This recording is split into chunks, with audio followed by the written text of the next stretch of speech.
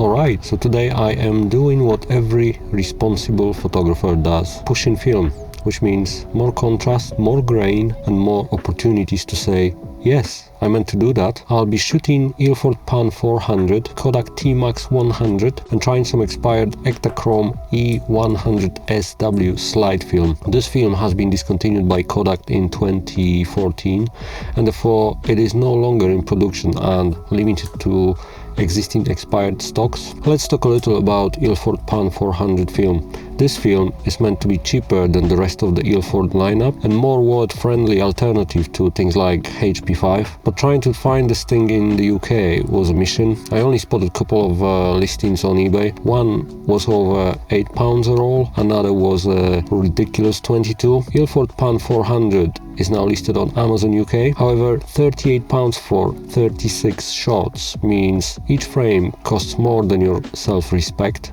Whatever, I ended up shooting 4 rolls of PAN 400 and will show you how they turned out. But first, what does it mean to push film? Well, pushing film is basically like pretending 400 ISO film is more sensitive than it actually is, like it's ISO 800.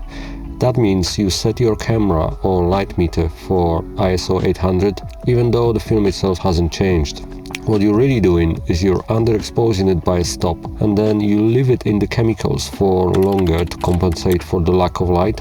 Just remember to let your lab know you want your film pushed. So pushing by one stop is shooting ISO 400 film at ISO 800. If you go 2 stop, you shoot it at ISO 1600 and develop it even longer. Same applies to 3 stops.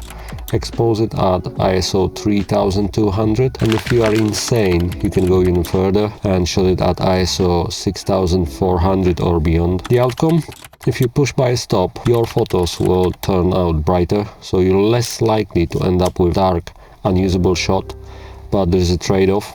More contrast, so the brights get brighter and shadows get deeper and the grain becomes much more obvious. Some people love that sandpaper grain vibe, while others are all about the smoother, classic film look you get at a box speed.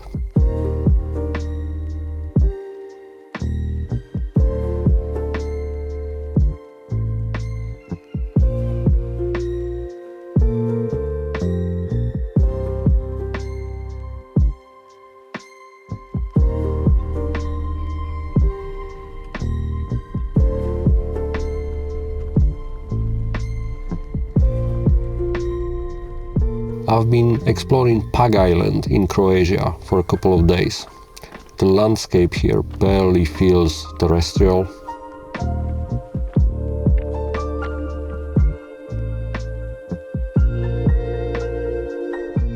There's no softness, just exposed rock carved by the wind and salt. From a distance it feels empty. When you look closer, it's all texture, cracks, edges, sharp lines that don't really care about your composition.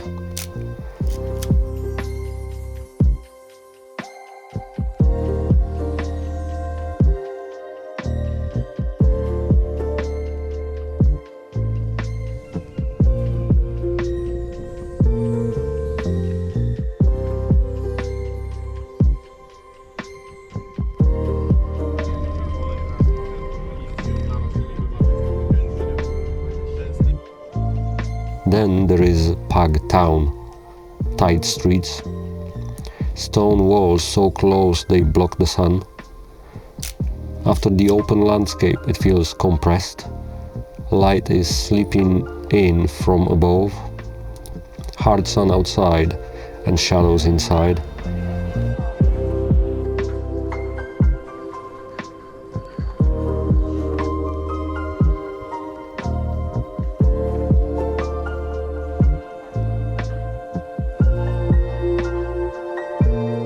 Let's pause here for a minute. This photo is great. Silhouette of someone crossing a narrow street, hidden in the shade against a bright building at the end of the street, highlighted by the sun. This is where the contrast flips. I like this photo.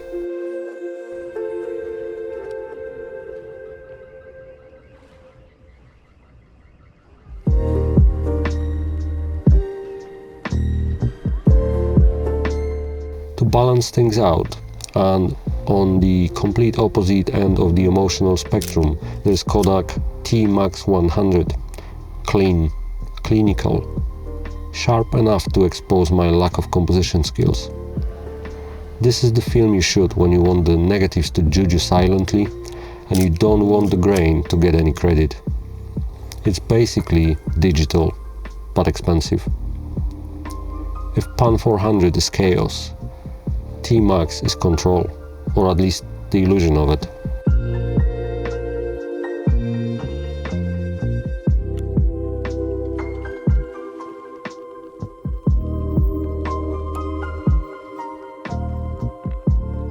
And then there's Ektachrome 100SW.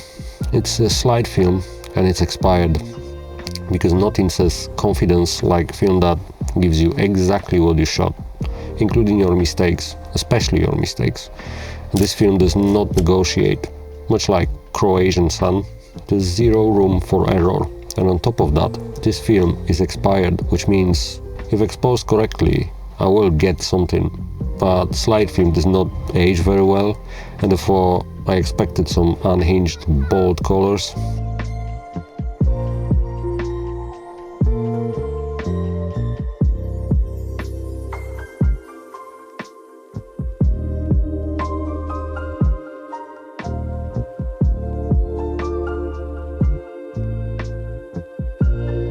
So yeah, pushed black and white, ultra clean T-grain, and unforgiving slide film, shot on an island that feels like it was designed to stress test emulsions.